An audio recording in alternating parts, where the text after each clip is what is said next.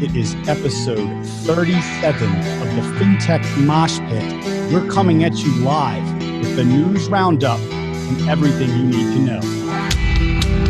Enter at your own risk. Hells yeah, I'm gonna mosh tonight. In the last 2.5 decades, the mosh pit has evolved. I don't know, maybe it's been around forever and we're just now calling it the mosh pit. Like in the tribal days where they'd like dance around the fire. For veteran moshers, there's a set of unspoken rules that governs pit behavior. About mosh pit etiquette.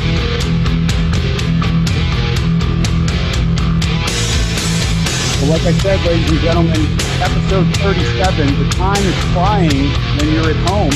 We're all there. This is going to be a great episode of the Fintech Moshpit. This is something new that we're going to be doing more of a daily basis. We are days away from announcing a launch with the Charlotte Business Journal and several other items where we are going to be doing daily platform content delivery in bite-sized bits. Everything you need to know. But for today's show, I'm really excited. We've got Steve Boehm, former senior exec at AvidXchange, eBay, First Data, and Wachovia. Chris Hart, the CEO and co-founder of Levvel. Patrick Rivenbark, executive at Create Opportunity. Scott Harkey, chief strategy officer and head of payments at Levvel, one of our favorite guys. He's so happy all the time. And then with us, as normal, our production team, Brian Adams, our producer, Pasha, Maher, our audience liaison, and we're wishing Katie Knish our best right now, the innovation specialist who just found out her sister, who is a healthcare specialist, has contracted COVID-19. So it's crazy times. And with that being said, we're going to start with segment one here. I'm going to start with Steve. Segment one is Around the Pit. Each one of our guests is going to tee up a topic of their own choosing. Me, your gracious host, is going to put 60 seconds on the clock. You're going to hear some item, depending on the nature of what you do, of a sound effect when you hit that time. And then any of the guests of the Mosh Pit can invoke a mosh. That's the new name for it. Invoke a mosh. If you heard something you like, you want to add in, you disagree, you just want to make a point, you invoke a mosh, and we'll put 60 more seconds on the clock, and we can do it. With that, Steve, my friend, I'm going to start with you. Around the Pit. You're a go. Hey, thanks, Sark. I know this is typically about fintech and payments, but for me, the last few days in particular, I've really been zooming out to focus on the subject of corporate and CEO responsibility to their stakeholder groups other than shareholders right now. I mean, it's a really difficult time. Companies are trying to figure out how to maintain their ongoing operations. They have investors, they have cash flows to worry about. Not everyone is in the same position as Google did, for example, where they committed $800 million to help support research, for example. But from my vantage point, I think right now, I think it was Mark Cuban 2 weeks ago that came out and said that the way companies act in the next 6 months will define their brands for the next 10 years. That just hit me like a brick because I think that's very true. I think customers and communities and team members, employees, are watching very carefully to see how their companies react and keep all their stakeholders' needs balanced. So for me, that is foremost in my mind right now, helping people out that are facing a lot of uncertainty and perhaps some adversity themselves, and figuring out how on the other side of this, we've demonstrated what servant-based leadership really means. Amazing. I love those points. Does anyone have any, does anyone want to invoke a mosh on that? I do. Please do. Please do. Go ahead. So Steve and I had coincidentally the luxury of talking earlier today, and just out of total coincidence. And one of the things that we talked about, where to add on to Steve's great point, is it's not just today too, right? What are they going to do, and how are companies going to make these changes and decisions about their employees, about their customers, about their communities? And this is the first decision in that long, 10 years ahead about that. And then the other flip side of that I wanted to bring up was, what does it mean for a new company? How do new companies get created? What are the differences of how they get structured or the benefits they offer? And if you're starting a company in the next year or two, you're going to think about that a lot differently than if you're trying to transform.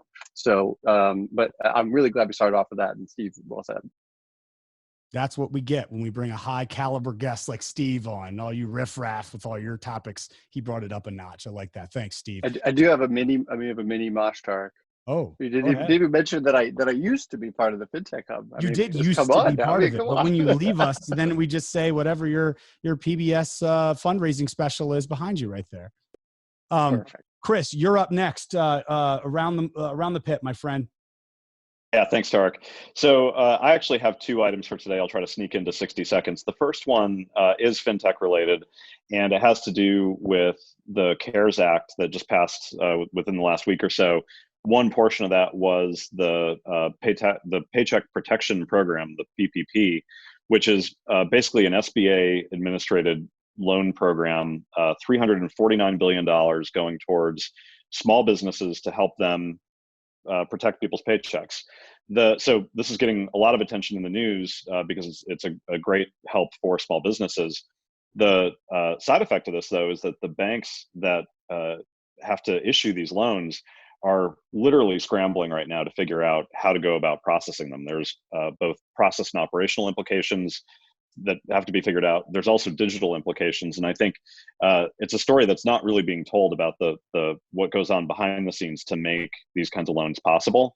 But I've spoken to a couple bank executives over the last 3 days. In fact, one of them working all weekend to try to get everything in place that's necessary to be able to support these loans. So really interesting kind of thing going on behind the scenes in fintech, but super important to small businesses.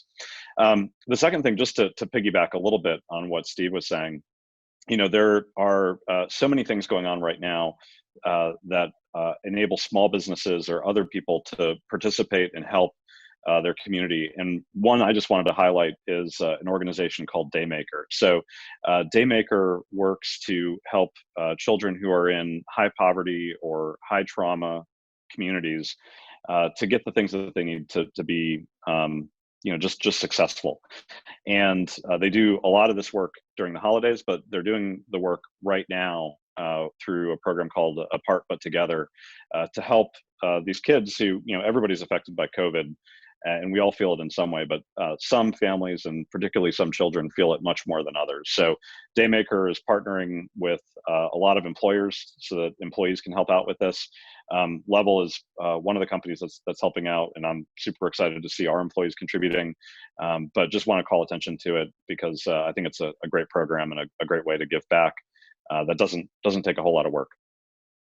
Awesome. Thanks, buddy. I totally agree. There's so much good going on, and it's our responsibility to make sure we shine a spotlight on it and encourage it wherever possible. Also, just a side point there, I agree on your SBA points and what's going on. We're kind of flying the plane while it's being constructed in a lot of ways. And it's just really interesting to see how banks, how the government, and how fintechs are all going to end up coming together to, in some ways, unfreeze the credit markets. And what we're seeing on the supply side right now that's really challenging, all the way to delivery, to government, and how does this money actually work. So it's going to be an interesting time to see and hopefully shape how all that plays out. Absolutely. And a lot of these banks are only getting the guidance that they need at the end of this week to launch this program. So a lot of work going on behind the scenes to make this successful. Absolutely. Go ahead. I'll jump in. One thing I would add there that we've seen some banks do is really try to find ways to proactively offer loans or bridges ahead of receiving that guidance or funds. I think that's been one of the critiques, is that it's taking some time for that money to get available, the guidelines to get available to the banks, and then for them to get the money available to their business customers. And a lot of the businesses need the money now, right? So we've seen some forward-thinking banks really start to look at how they can do that with existing customers and maybe advance money ahead of those loans coming in, or other things to go ahead and try to get some of those funds out the door, which I think is a really great approach. Absolutely. So why don't we go ahead and stick with you, Harkey? You've got your moment, 60 seconds around the pit. Cool. So I wanted to highlight today one of the kind of big trends or drivers we see in the payment space that's come out of all this is really how a lot of, especially restaurants, small businesses in general, but especially restaurants, have had to pivot business models given that they can't have physical locations kind of open and people sitting down. And one of the biggest pieces of that is switching to or enabling kind of mobile order ahead and curbside delivery. It's been crazy to see how that's shifted. I saw a thing the other day where Showmars, who, if you're not in the Charlotte area, is a semi-local kind of restaurant chain, has pivoted and started offering like care packages at home that include like chicken cooking supplies, toilet paper. Like they're basically using all the supplies they would normally use in a physical store and packaging them up as essentially like at-home packages to be used, and build an e-commerce site around it, which is probably the even more interesting part, right? Which is really pretty amazing, and how quick they pivoted. I think staying on the like kind of feel-good theme of everybody so far, one of the kind of more optimistic things I've seen is there's a local Charlotte company called Clusive that has a product focused specifically around mobile ordering in the coffee shop space. So they're kind of like the Starbucks mobile ordering for independent coffee shops. And not only did they see a massive influx of demand for their app from independent coffee shops that were trying to find a way to survive and just be able to offer things to their customers, but they also made the decision to basically not charge any fees through May for all these coffee shops, both existing customers and net new ones. So I work with Tim and the team at Clusive, and I was really proud to just see, one, it's great that they're getting traction. Obviously, it's a crappy way to get it in terms of just the overall things happening, but was really impressed to see that not only finding a way to help stores with that, but also at the same time not being completely capitalist and saying like, all right, cool, now we can make money off of them, to kind of have the approach of also making the fees not a part of what they were trying to do, and really just focusing on enabling those shops to get online and be able to survive. Amazing. Anyone want to invoke a mosh on that one? I mean, we're still in the feel good phase here. So, we don't want to there's not a lot of disagree. We'll work our way back into that week over week.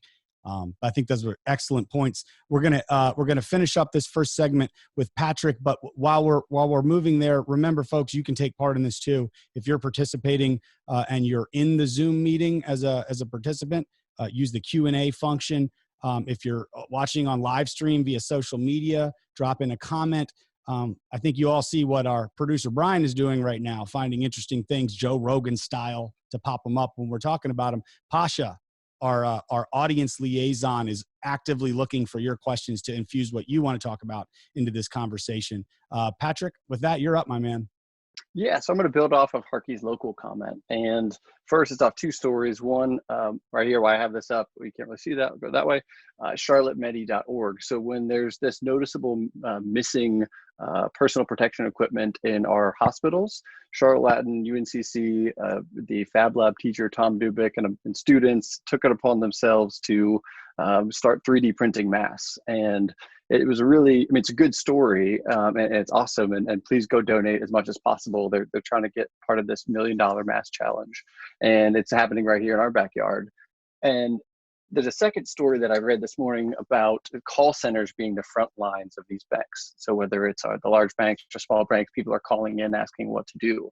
And it makes you really appreciate what's local, right? The people. And we've talked a lot about fintech over the years. We've talked about, how AI and chatbots and all these things are going to be able to make things more efficient. Well, who's going to predict a chatbot that's going to be able to respond, empathetically to the people calling in about their this challenge that they have, right? There's nothing you can do. So this idea that we're going to see, and we're starting to appreciate more local work, whether that local is in the Charlotte region or even nationally, in the same country, we're seeing that both on supply chains, on things that we critically need. And it's kind of popping up all in these unexpected places. And I'm just really curious how that's going to play out, how kind of where we started with Steve, how are the companies going to choose to respond to that? How are they going to, what values and where are they going to spend time and effort on the people that are really their frontline folks? And does that change kind of how important they are to the business when they start having some unexpected consequences that's come up? And no amount of AI is gonna be able to predict this, right? And maybe tech's not always the answer. Good points. Anyone want to chime in on that? Or again, are we all just feeling real good? Yeah, Go ahead, Steve. No, go ahead, Scott. I was just saying, I think one of the supportive themes I've heard from small banks has been around them trying to solve that exact problem, right? Like a lot of the community banks are built around personal connections with their customers, whether they're small businesses or they're the retail consumers. And how they do that digitally has been a big part of their focus. A lot of those banks believe in they have to still maintain that relationship. So video and other things that it still allow you to humanize the person as opposed to just being not only a chat bot, but even just over the phone versus in video, and the difference that can make. I think it's interesting seeing these banks, and the case of what I work with, being forced into figuring that out probably sooner than they would have, right? And that's probably something they were trying to figure out anyway, but now they have to, because they can't have the personal interaction that they had relied on so heavily before. Yet they still see that as almost a requirement of their customers now more than ever want to feel like they've got somebody they can talk to and relate to and humanize with. How do you do that digitally? That's kind of the challenge right now. So that does it for segment one around the mosh pit here. Pasha, let's touch base with you. Has Brian's mom chimed in again this week with any comments, or anyone else? Mysterious disappearance from the Addams family, but we do have an audience question towards Patrick, because he mentioned the Charlotte Medi stuff. Question from the audience: is charlottemedi.org a 501c3 or something of a nonprofit nature? Patrick? To be perfectly honest, I'm not sure. They spun it up, a week and a half ago or something, and made it. So I think I don't know, but it's a bunch of students and teachers that are trying to 3D print masks. So I imagine it's set up to be with the school. So yes, would be my short answer. Do we need to read into the background switch when you went to answering that question in your? Well, I switched it before because I thought it was good. I thought we were moving to the more fiery parts of the podcast, but everything's fine. Oh, it's time to go fiery, guys. It's time for the news roundup. I am going to tee up a couple articles, a couple things going on recently, and I want you guys to mosh away in the news roundup. I'll just tee this up with, and I think it was embedded in what a lot of you guys said in your earlier comments. While there's a lot of terrible going on all around us, if you're looking for it, there's an amazing amount of innovation, amazing amount of people looking and forcing new ways, new ways of doing things that it may not just be for weathering the storm. It may be forever in some cases that we see the world change around us. So I've got kind of two buckets in this rapid fire round that we're going to go. One of them, we know Microsoft and Plaid. They've teamed up on the company's new financial management offering, Money in Excel. The company's announced Monday. That was earlier this week on Monday. And here's just a couple quick hits that I read in this article. One of the earliest forms of fintech is a budgeting spreadsheet. And for years, people have relied on Microsoft Excel to budget and track expenses for their personal finances or business, typically copying data over from multiple sources. I bet you more people do it that way than actually use a PFM fintech app. Money in Excel features a Plaid integration, and the new capabilities essentially turn the spreadsheet software into a fintech app. It allows users to securely connect their financial accounts, import the data within them, sync balances and transactions over time, and ultimately gain greater insights into their financial health. Let me ask, guys, and toss it out there. We got to a point where maybe 5 or 6 years ago, we're not even allowed to talk about PFM anymore. It got so old. Is this just an extension of more PFM, and instead of going forward, they went back into Excel? Or is this something net new that's going to get traction like a lot of the other things couldn't? What's old is new again. So just to finish that thought, I think it is clearly. This is in some ways going backwards, in the sense that whatever you can do in Excel is not going to be as good as what you could do in the old days with Quicken or Microsoft Money. I do think that the kind of fundamental improvement that we're seeing, though, is that this is truly API driven, and quite frankly, based on, at least in some cases, APIs that are better than what used to power what was behind the scenes in the old PFM days. So I think to that extent, it's an improvement. I don't think we're all the way there yet. I think there's still a lot of work to be done. There's people working on it, but there's a lot to be done in terms of fixing identity management as it relates to getting your bank accounts linked up, and absolutely a lot to be done in terms of the plumbing of how this data actually gets from banks to Plaid or to any other aggregator. Yeah, I was going to say, so I've actually been using a fintech provider called Tiller that basically you hook into your accounts, and then they export to a Google Sheet daily a download of all your financial data, and then you can manipulate it in Google Sheets however you want. This is essentially that, right? But just done directly into Excel. So like I'm one of the ones that would use this, because I think despite how complicated or how fancy fintechs try to get sometimes in solving a problem, there's probably some statistic that like 70% of people actually manage their budgets in Excel. So like, yes, you can use some app that tries to determine how you want to sort things a certain way or what you want to show, but like a lot of people just want to be able to do whatever they want with the data. They just want the data in some format that's there. And I think this answers that, right? Like my bigger question is like, why didn't QuickBooks do this a long time ago for small businesses, right? Like, why does it hit consumer before it hits the small business use case, which is probably even more of a useful one? Steve, what do you think? Yeah. I guess I wanted to say, the flashback for me is, way long time ago, I was doing business with Anil Arora at Yodlee, which, when screen scraping was a suable offense. And I know because our company did that back in the day. But the issue in my mind is really the consumer side of it, the demand for aggregated information across all accounts. I do think that's a generational shift that's underway. That will be they'll be continuous. And certainly if I was Plaid, having a distribution partner like Microsoft would definitely cause me to think differently about the ability to sort of push into the market where a startup on its own could not.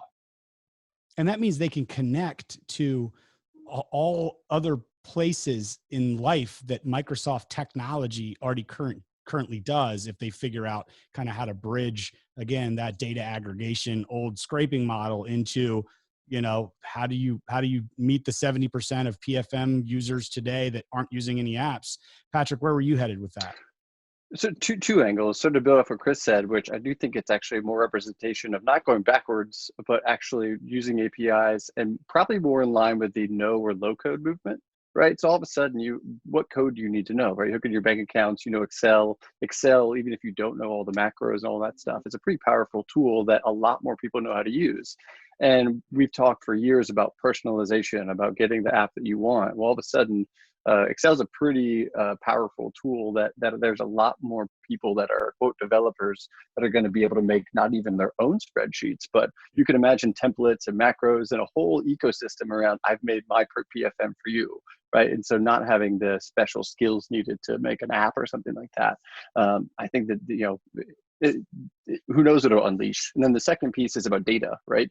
It's my data, it's my bank account, it's my financial information. I may feel more comfortable putting it on my computer, on my Excel, right? And kind of seeing a trend in that direction, maybe of, maybe we can empower more people and make sure they're, don't have to go agree to, look what Zoom's going through, right? As we're on it right now, just all these different security or privacy concerns. It's on my computer and I want more control over it. I can't believe Zoom is actually working right now with literally everybody either working, going to school, doing dance lessons, or playing bocce ball with it right now. You're supposed to say that after we finish this segment. That's true. Sorry. Yeah, sorry. Whoops. Yeah. All right, last segment, guys. Last news story here, and this is an important one. Let's turn our focus to local small business and startups. This is where I think the month of April is just if the month of March continues into April with the spike we're seeing, it's just going to be a brutal month for them. But we're also seeing some real beautiful stuff. And I saw this in the Charlotte Business Journal this week, a couple articles. They hit on Girl Tribe, Skipper, and Skill Pop and how they're fighting back. Skipper's that dog walking company that, again, they were doing really well. And now all of a sudden, everyone's at home and dog walking, even if you needed it, it's not that necessary and it's not conducive to social distancing, having folks come into your house. So they are having to grapple with laying off 80 employees right now with the stay-at-home order. But they are working and charging ahead, full steam on Skip Town, which is a 24,000 square foot project in South End that's going to include off-leash indoor-outdoor dog park, bar, and a boarding center. So we're assuming in that model that we're coming back to a physical world, but they're barring ahead. Girl Tribe, we're going to have Sarah Balcom on, the co-founder of that tomorrow. But they were pop-up style shopping experiences with hundreds of vendors, and now they had to take that virtual, and they've gone to a QVC style approach. And then Skill Pop, they changed their company from in-person pop-up classes to online platforms and ways to engage. So that's kind of some basic general small businesses using technology and fintech to evolve. And then we've seen Trisata in the Business Journal this week talk about they're hiring 20 new employees this summer and 20 more after that. Stratified, he's Derek, our good buddy, is looking and has seen more demand for his data analytics platform than before. And then a guest we had yesterday, Chris Elmore, with AvidXchange, he was quoted in the Business Journal saying he sees sales opportunities amid the crisis and opportunities to really lean in and provide solutions in a new digital world. So with all that being said, I guess I'd love some gut reactions and responses from the group here, as well as what's your advice, particularly for small business folks that don't get a lot of guidance opportunities or coaching opportunities, and particularly not in crisis times. What would you tell them? Yeah, I was going to say, I believe our own Chris Hart was also quoted in that article, Tarek. So I think I figured I'd leave that up to him to talk about his own front. But Chris Hart was famous in that article as well. Thank you, Scott, once again. Chris, let's start with you. Thanks, Scott. Tell us about your part in that article. Yeah, well, I mean, my part of the article was really talking more about the business side of it. And, for us, we've been fortunate in that a lot of our clients still have business to be done. So we're charging ahead too. But to answer the question that you asked, Tarek, though, I think the more important part really loops back around to where Steve kicked this off, which is the way that we interact with our employees and how we try to support our communities is the most important part of this. So there's no sense in building a great business and along the way treating your employees poorly, especially at a time like this. So I think the thing that's worked well for us internally is, we communicate more than we ever have, even though we're far apart. I think you try to start conversations with a question of how are you doing, how are you feeling, rather than telling people. And one of our core values has always been trust and transparency. And I think in times like this, that's even more important. So, taking a very video-based personal approach and telling people what's going on and just trying to check on them and make sure they're doing as okay as they can. I mean, it sounds simple, but I think a lot of people get so focused on, the spreadsheets and importing the data from the bank that you can overlook that part. Haven't you heard? You don't have to do that anymore. They've built an Excel app for that. Now I know. Patrick, what do you think, man? What are you seeing? I guess to be two fronts. On the smaller business side, to kind of where you started, Skipper saying, hey, can we focus on something else and accelerate that? I think is a really good, if it's feasible, right? If you've got the capital to do so, and making those hard decisions is not easy. And for folks that are, to Chris's point, you have a new opportunity to say, well, we can't do what we normally did. Can this open up a new product, a new service, try something different? I mean, you just give up, right? So the smaller companies, it's tough. But Skipper, I think, is a great example of let's fast forward and plan for the future. I think a lot of people can get back to fundamentals of saying, what's life going to be like in 3 months, and how can I use this time to rethink my sales strategy, my operation strategy, and all those different aspects to be sort of go faster once things return to normal. The only other comment I'll make on the flip side, whether it's the medium to larger companies, I think there's going to be a lot of employees saying, hey, we can do this, right? We can work from home a little more. We can, all these things are a little more possible once you get a little, you take a lot of the bureaucracy away. And I don't know if that'll play out. It'll be good, and I think spur a lot of innovation, but I also think it'll be a nice wake-up call for what was stopping us from doing this before and accelerate a lot of change, hopefully, for good and for bad. Great point. Scott, I've never seen you so happy in an episode of the Mosh Pit before. So lay some of this happiness on us. Let's take it while we can get it. Well, I feel like when the world's on fire, you got to keep a positive attitude, right? And find the good in things. So I'm trying to adjust my persona. No, I think unfortunately, kind of things are going to separate into like companies that can make it through things like this and companies that can't, right? And like I love hearing the stories of the smaller companies that are able to pivot in some way to hold on, like, and hopefully like they can hold on long enough to come out the other side. And, to Patrick's point, then have a combination of like their prior business model that worked, plus some probably net new skills, net new product, net new things that they learned by being forced through this. I hope that it doesn't wipe out good companies that just don't have the cash around to carry through that. So You know, I mean, I think all we can do is continue to try to support companies as much as we can. Obviously, ones that do provide services that we can either consume or can kind of plan ahead for, support them any way we can. But at the end of the day, a lot of it is going to be about cash flow for a lot of companies and just trying to get through it as best they can. We heard that loud and clear yesterday. We were talking with Chris Elmore, like I said, and I think one of the comments he made that resonated with me was, from a business perspective, we're going to see what businesses were living paycheck to paycheck, and unfortunately, we're going to lose some. But I think the equalizer is going to be innovation. Who's going to pivot? Who's going to innovate for those opportunities? Steve, why don't we let? Let me add something real quick to that comment, right? So to Scott's point and to your point about Chris, right? You know, and going all the way full circle back to Steve of how these companies are what they're doing now and the values they're showing. You know, my hope is any larger company that can afford it is making sure their invoices are paid to those medium and small companies that are their vendors, and, you know, giving them that cash flow to do it if it's possible, right? I mean, everyone's got to kind of manage their own risk, but if you've got a bigger cushion, I mean, I hope that goes, because to Scott's point, you know, holding off invoices for 30, 60 days. It's a big call to action, dude. A lot of these guys live on T plus 90, my friend. That's what I mean. And I think this is, to Steve's point, the CEO that says, listen, we're going to pay these small providers now to make sure they can help out. I think it would be a huge deal. Could be life or death to some of them, right? I mean, that could literally be the thing that keeps them afloat or not. That is an amazing call to action and point. Steve, you've lived in all these worlds one way or another. Let you have the last word on the small business front, some of those stories you've heard and what you've heard everyone else comment on as well. Yeah, one of my favorite quotes of all time is Winston Churchill: "When you're going through hell, keep going." And so right now, I think it's very easy for businesses to be distracted by the moment and be passive and waiting for a return to normalcy. The past is literally that. The reality when we come out the other side of this is going to be different. And so thinking about not letting the crisis go to waste, in other words, think boldly, because doing nothing right now, I don't think is a safety strategy at all.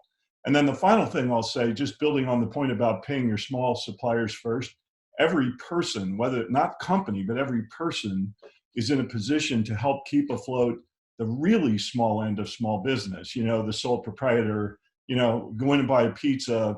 If you have the means, you know, leave a $20 tip for the person that doesn't get walk-in business anymore. So I'm very optimistic. We're going to go through a rough period here as a country and certainly as a community, but people having that mindset, we're going to come out the other side better together.